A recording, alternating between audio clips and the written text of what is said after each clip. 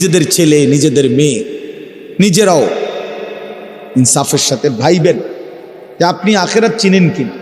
আপনার ছেলে মেয়েগুলো যেই জীবন পরিচালনা করতেছে এতে কি মনে হয়, এতটুকু আন্দাজ করা উচিত যে আমার ছেলে আসলে আখিরাত চিনে কিনা, আমার ছেলের সামনে কোনো গন্তব্য আছে কিনা, নাকি এই মোবাইল, নারী, ছবি, জিনা, ব্যভিচার, মদ, জুয়া, নাচ, গান, উলঙ্গ দৃশ্য, হালাল হারামের কোনো বাজ বিচার নাই, পাক নাফাকের কোনো বাজ বিচার নাই, লজ্জা শরম হায়া কিচ্ছু নাই, যখন যা যা মন চায় খাইতেছে, হ্যাঁ যা মন চায় তাই করতেছে।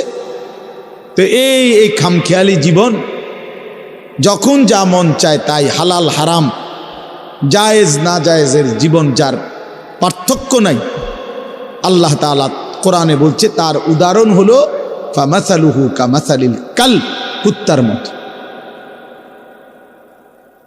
হ্যাঁ, এটা কোরআন শরীফের আয়াত। ওই জীবন কুত্তার জীবন, কুকুরের জীবন। এই জন্য আমি সবসময় এটা বুঝি, বেনামাজির জিন্দেগি কুত্তার জিন্দেগি।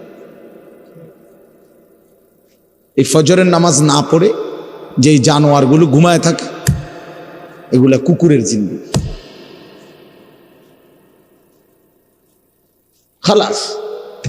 এই সুদখোরগুলো যে জিন্দেগি কাটায় এগুলো কুকুরের জিন্দেগি। এই হারামখোরগুলো যে জীবন কাটায় এটা জানোয়ারের জীবন। হ্যাঁ, কোরআন শরীফের আয়াত এটা।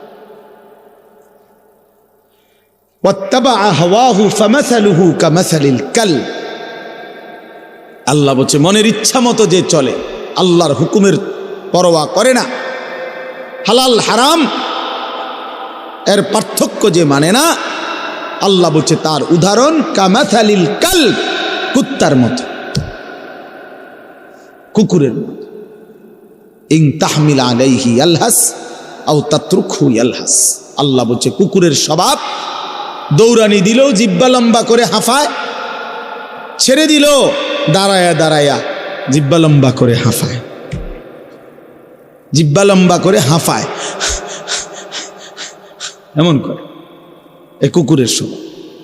পেলেও অতৃপ্ত, না পেলেও অতৃপ্ত, থাকলেও অশান্তি, না থাকলেও অশান্তি। কারণ হারাম করছে, নাফরমান যে, আল্লাহর অবাধ্য যে, পাক নাফাক, হালাল হারাম, যার কাছে সুদ আর ব্যবসা একই রকম মনে হয় সে কি মানুষ নাকি?